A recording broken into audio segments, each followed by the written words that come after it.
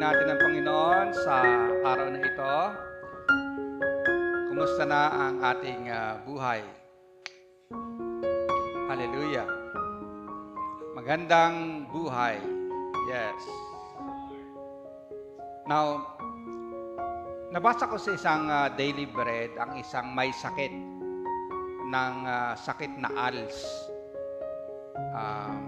May problem sa nerve. And then, nagsasuffer siya, pero na-encourage siya sa Word of God na ang kanyang ginagawa, yung Hebrews 13:5 and 6. Yung pangako ng Panginoong Diyos ay kanyang isinulat sa mga papel. Nilagay niya malapit sa bed niya, nilagay niya sa CR, nilagay niya sa kitchen, kung saan makikita niya para lagi niyang maalala. Now, yung title ng message natin is Our Ultimate Security.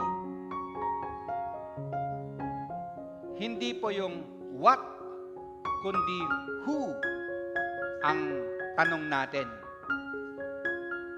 Sa next na slide, sabi dito, hindi lahat ng problema sa buhay ay kayang solusyonan ng pera, gamit o lakas ng tao. Although napakahalaga ang pera, napakahalaga yung gamit, lakas ng tao, pero hindi lahat kaya niyang solusyonan. Sa Hebrews 13, binanggit ang dalawang malalim na anxieties ng tao.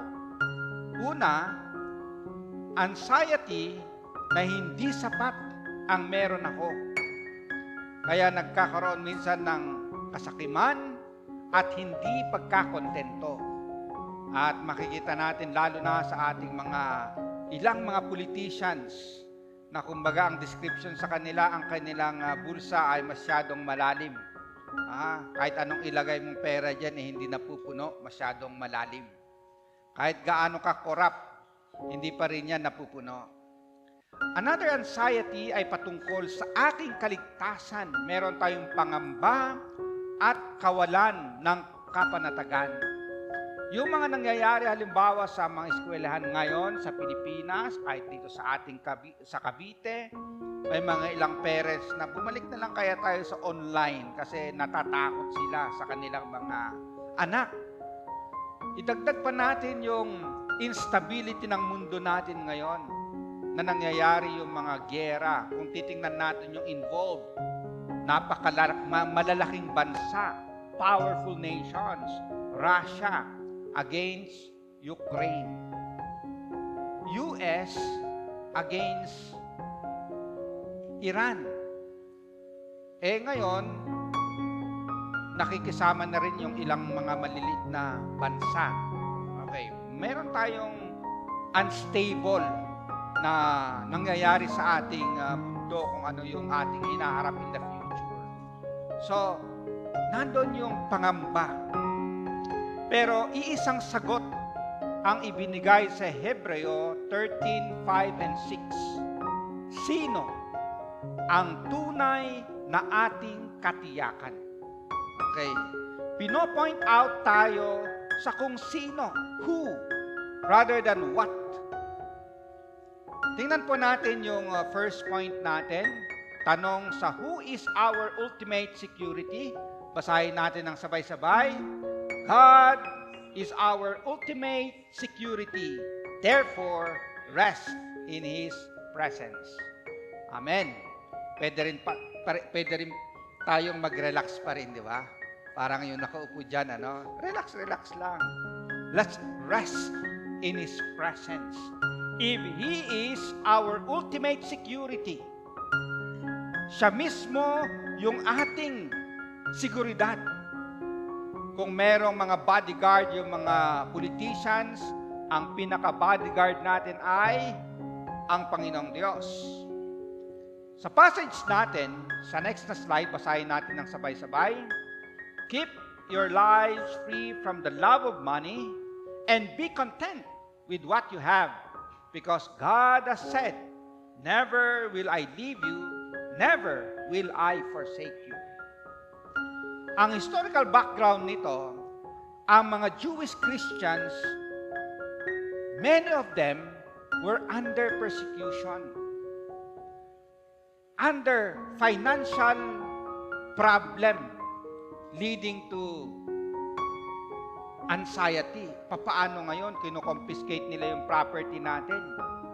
Minsan, hindi na sila sinasama sa kanilang organization kasi Christian sila. May mga financial anxieties para sa kanila. Ano na mangyayari sa aming mga anak, sa aming mga future?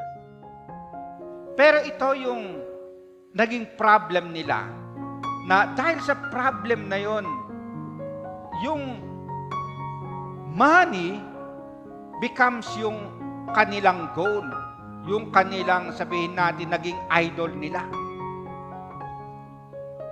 Yung ilan sa kanila, kahit may pera, hindi pa rin sila kontento. Ang sagot dito ng nagsulat, hindi yung dagdagan pa ng maraming pera, kundi ang present niya ay kung sino ang nangako. Sino yung kasama natin? Sabi niya, God has said, never will I leave you, never will I forsake you. Yung mga bata, halimbawa, pagkasama niyo ba yung tatay ninyo na nagsha-shopping or nandoon sa labas, namomroblema ba kayo sa pera ninyo? Oo. Pero kung kasama ninyo yung tatay ninyo, problema niya na yon, ba? Halimbawa, Father's Day. Daddy, Father's Day ngayon. Mag-celebrate tayo. Okay. Yung mga anak, okay, nandoon sa labas, nagse-celebrate ng Father's Day. Pero sino yung kasama nila? Tatay nila. Sinong gagastos? Tatay din nila. Hindi sila namomroblema. Okay. So, ang pinapresent dito ng writer ay kung kasama natin yung pinakatatay natin, bakit tayo namomroblema na para bang wala ng bukas? Tingnan po natin yung next na slide. The problem, yung greed, is a symptom of a restless heart. Yung meron ka na, kulang pa. Parang hindi sapat. Kasi sabi dito, ito yung symptom ng restless heart. Sabi sa Ecclesiastes 5:13, basahin natin ng sabay-sabay, whoever loves money never has enough. Whoever loves wealth is never satisfied with their income. Okay. Ang problem dito, yung loving money. Okay. Yung money becomes your master. Sino dapat yung master natin? Ang Diyos. Kaya sa New Testament, minsan ini-equate, sinasabi sa New Testament na mammon. Okay. Mammon. Yung mammon ay hindi yung mamon, kasi yung mamon kinakain natin, yung masarap na mamon sa Pilipinas. Ang mammon, God of money. God of money. Na pag ang puso mo ay na-in-love sa pera, yun, na-in-love ka na kay mammon. Imbes na na-in-love tayo sa Diyos. Ang Diyos, nagbibigay ng pera para gamitin natin. Hindi yung para maging master natin. Can you say amen to that? Minsan, eto na yung naging master natin. Eto na yung minamahal natin. Okay. Next na slide, ang cure ng problem of loving money is God's presence. God did not promise greater income. He promised Himself. Kasi yung problem ng greediness is a problem of the heart. Yung naging number one mo ang pera, hindi ang Diyos. You should make money your servant, not your master. Kaya sabi niya, keep your lives free from the love of money and be content with what you have. Why? Because God has said, never will I leave you, never will I forsake you. Kasi ang Diyos mismo ang mag-aalaga sa atin. Kung ang ibon kanyang inaalagaan, kung ang halaman namumulaklak, ang mga bulaklak, sabi ni Jesus Christ, why worry? Why? Kung ang ating Ama, ang ating security, even financial security. Kahapon, may medical mission team sa PTS at hanggang sa Monday and then sa Tuesday. Kaya sabi ko, subukan ko mag-ultrasound. Baka malalaki na yung bulate. Baka may mga lumalaki. May isa doon, nag-joke, sabi niya, ang problem ko ay yung iba kasi may tonsillitis. Okay, may iba't ibang mga sakit yung iba. Sabi niya, sa akin ay financialitis. May remedyo ba dyan? Financialitis. Nag-joke lang siya, no? But that is really a big problem kung ang problem mo ay financial.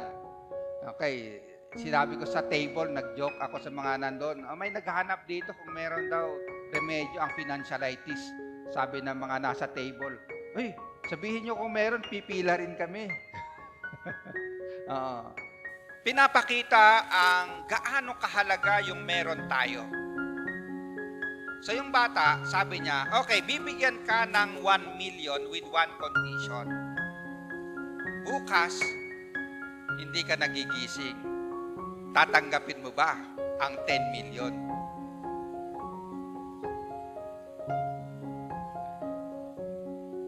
Ang gusto niyang ipakita dito, yung paggising pa lang natin ay kayamanan natin. Mas mahalaga kaysa 10 million or even 10 billion. Can you say amen to that? How much more? Meron tayong Kristo sa ating buhay. It is more than billions na dapat nating i-treasure.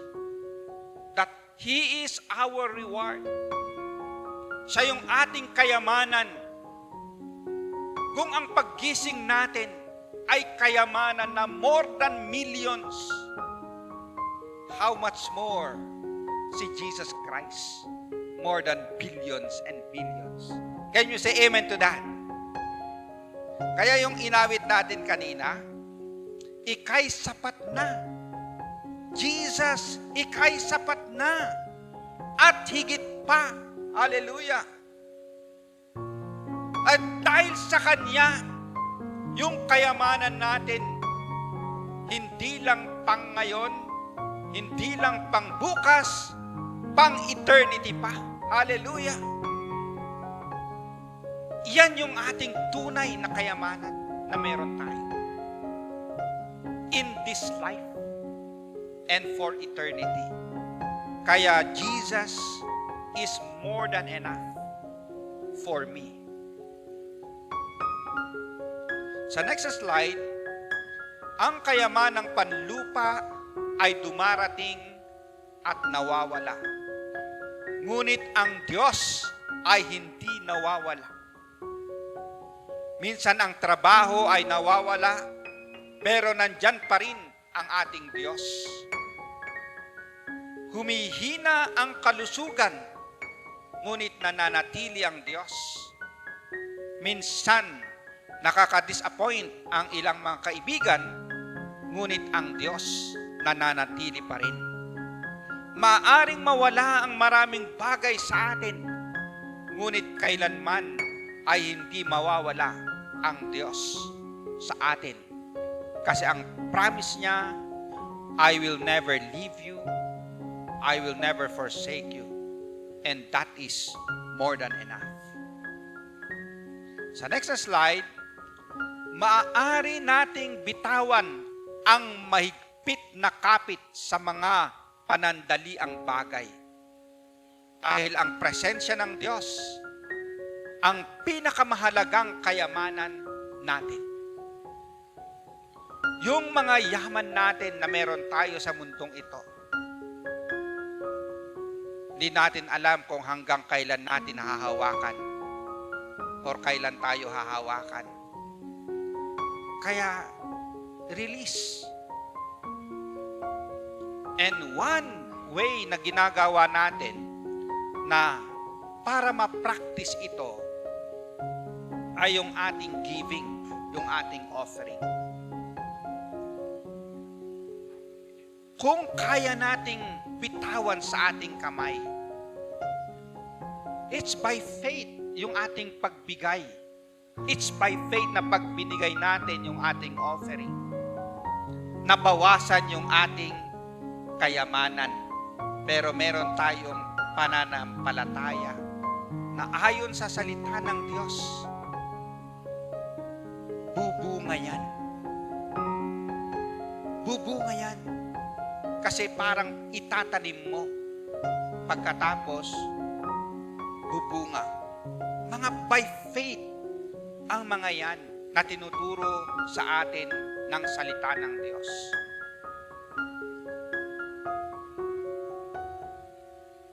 Pangalawa, tingnan natin yung next na slide.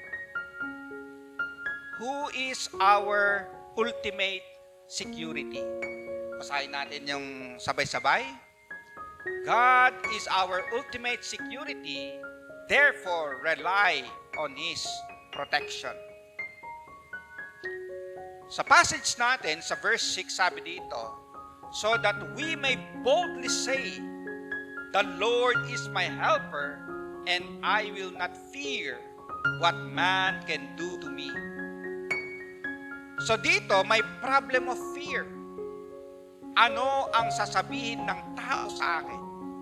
Ano ang gagawin ng tao sa akin? Pag lumakad ako sa lugar doon, ako ba ay safe? Okay, marami tayong mga fears sa buhay na ito.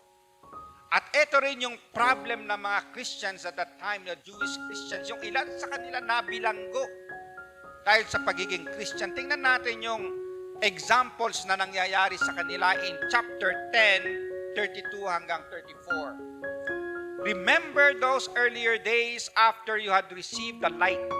Okay, nung sila ay naging Christian. When you endured in great conflict, full of suffering. Sometimes you were publicly exposed to insult, and persecution. At other times, you stood side by side with those who were so treated. You suffered along with those in prison and joyfully accepted the confiscation of your property because you knew that you yourselves had better and lasting possessions. So nakita natin yung problem nila. Minsan kino-confiscate yung properties nila. Binibilang ko sila. Pero sa gitna na yon, meron silang joy. Joyfully accepted because you knew that you yourselves had better and lasting possessions. Hallelujah. Pag ikukumpara natin yung ating kayamanan na kay Kristo in comparison sa mga nasa mundo ngayon, yung kayamanan natin meron tayo ngayon. Incomparable po mga kapatid. Ang kayamanan natin kay Kristo or si Kristo mismo ang ating kayamanan. So the next slide, ang sabi dito, kung ang problem natin ay fear, ito yung pwede nating solusyon, yung declaration natin. The Lord is my helper.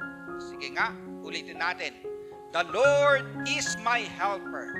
And very interesting kasi hindi sinabi ng nagsulat dito na the Lord is the helper of everyone. Yung very general, ang nagsulat sabi niya, the Lord is mine.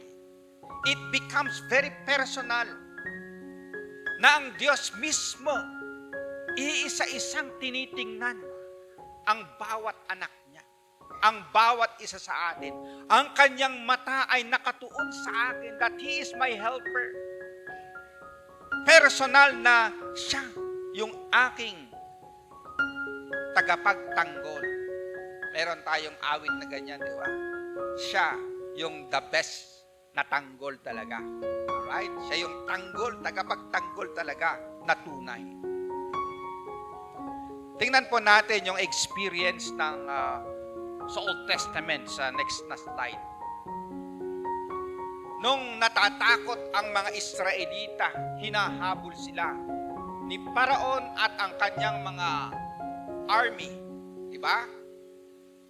Natatakot sila. It's normal to be afraid.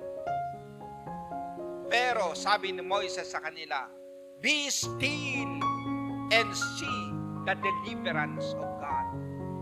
Kasi alam ni Moises, hindi sila iniiwan. Sa kanilang experience, nandyan yung clouds and fire by night, cloud by day, symbol ng presensya ng Diyos sa kanila. Alam ni Moises na sasamahan sila. And what happened is God's deliverance. Nahati nga talaga ang dagat. And they were able to cross the Red Sea on dry ground. Experience nila yun. Nakasulat yan sa Biblia as revelation. At saka example sa atin na talagang natatakot tayo. Pero nandyan ang Diyos na pwedeng gumawa ng miracle sa ating buhay. And you say amen to that. Kaya nga, ang result sa next na slide, ayon sa passage natin, so that we may boldly say, so ang result is courage. Hindi na tayo natatakot. Bakit? The Lord is my helper. Meron tayong the best na security, the best na bodyguard, ang Diyos mismo. Hindi tayo natatakot, meron tayong courage, kasi ang Diyos ang ating helper.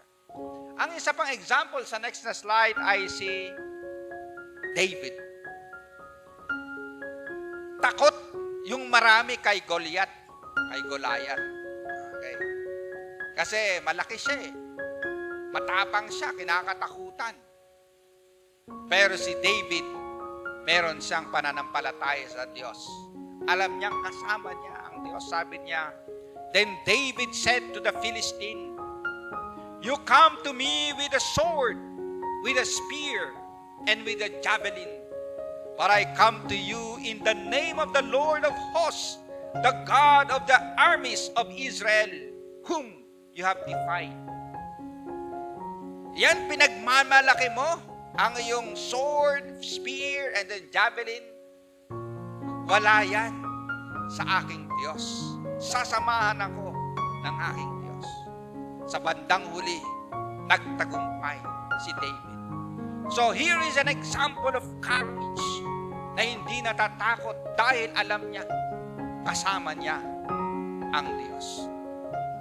Ganon din yung 3 friends of Daniel nung sila ay itapon sa fiery furnace. Niligtas sila ng Diyos. Kasi katulad ng inawit natin kanina, kasama natin ng Diyos. Diba? Doon po nakuha yon. Kung tayo man ay nandun sa apoy o sa kung saan man, hindi tayo matatakot. Bakit? Kasama natin ang Diyos. So sa next na slide, nawawala ang kapangyarihan ng takot kapag hindi ka umaasa sa sarili mong lakas. Okay, take note. Kung hindi ka umaasa sa sarili mong lakas, nawawala ang takot.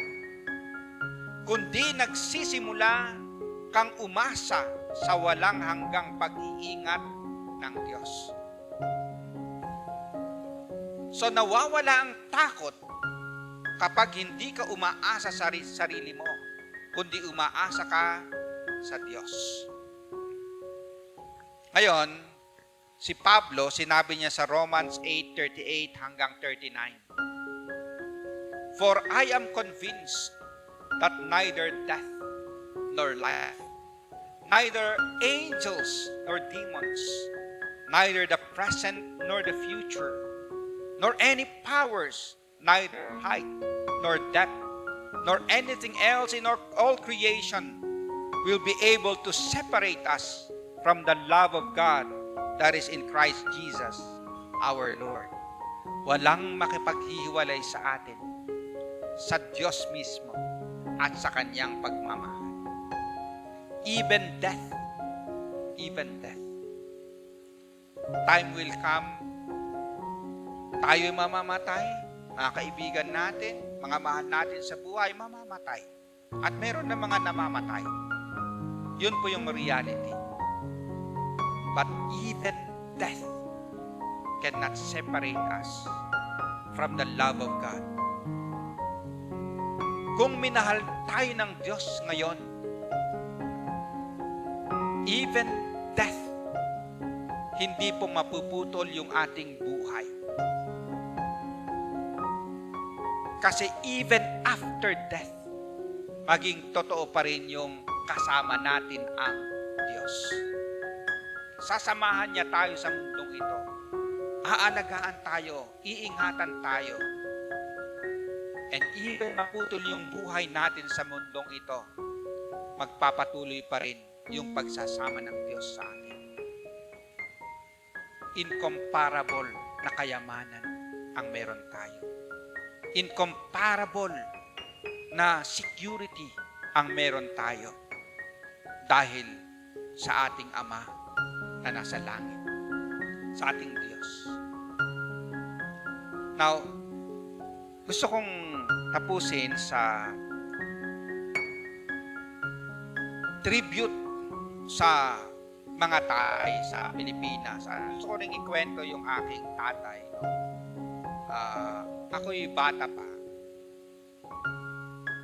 Nung araw pa na hindi uso yung gasol, yung mga kahoy, panggatong, kukuhanin kung saan, tapos dadalhin sa bahay, So sumasama ako sa tatay ko. Mabigat yung aking nadala kahit maliit, pero pag bata kang bigat, So ang gagawin ng tatay ko, kukunin niya, tapos maya-maya ibibigay uli. Okay, pagkatapos susubukan kong dalhin doon sa kabila. Pagkatapos kukunin niya uli. Okay. Hanggang sa pagmalapit na sa bahay, kukunin ko na, kunwari ako talaga yung nagbuhat, Pero sa totoo lang, isang bata, hirap na hindi niya kaya, hindi niya kakayanin, May mga time pa na ginagabi, tapos naggabihan ako galing school. Halfway, sinalubong ako ng tatay ko. Hinahanap.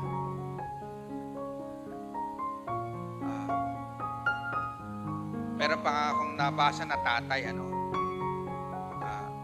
gabing-gabi na, nasa labas pa. Kunwari, nagre-repair ng bicycle, kinakalo. Pero actually, ang hinihintay niya, ang kanyang anak. Okay. At sa picture na ito, may tatay, hawak-hawak niya yung kanyang anak sa airport. Ang bata, walang pera. Ang bata, walang kayamanan doon. Pero wala siyang problema. Bakit? Hawak-hawak siya ng kanyang tatay. Yun po yung ating kayamanan, mga kapatid. Ang ating security sa mundong ito. Sa mga chaotic na nangyayari sa mundo, pwede pa rin tayong maging masaya at mag-rest, mag-relax, kasi meron tayong tatay. Hindi tayo mag-worry na magugutom tayo bukas. Gawin natin yung pwede nating gawin. Pero tuwing Sunday halimbawa, stop tayo sa ating trabaho. Sasama tayo dito, mag-worship. By faith din yun. Yung iba kasi pag Sunday, nagne-negosyo pa eh. Oo. Kasi malakas daw pag Sunday. Pero tayo, pwede tayong hindi mag-work. Pero ang Panginoon natin, siya pa rin ang magpo-provide. Okay? At tuloy pa rin yung buhay natin. Siyempre, nag-iingat tayo. Hindi naman tayo pupunta sa gitna ng kalsada at sabihin natin, okay, iingatan ako ng Diyos kahit nasa gitna ka ng kalsada. Hindi ganun yung sinasabi dito. No? Okay? Ang Diyos natin, iingatan tayo hanggat hindi pa tapos yung mission natin sa mundong ito. Pero best, siya po yung ating ultimate security. Yung inawit natin kanina, gusto kong awitin natin uli. He will sustain you from this journey. Meron po tayong journey. Journey in this life. Hanggang sa marating natin yung tahanan ng ating Ama na nasa langit. He will sustain us.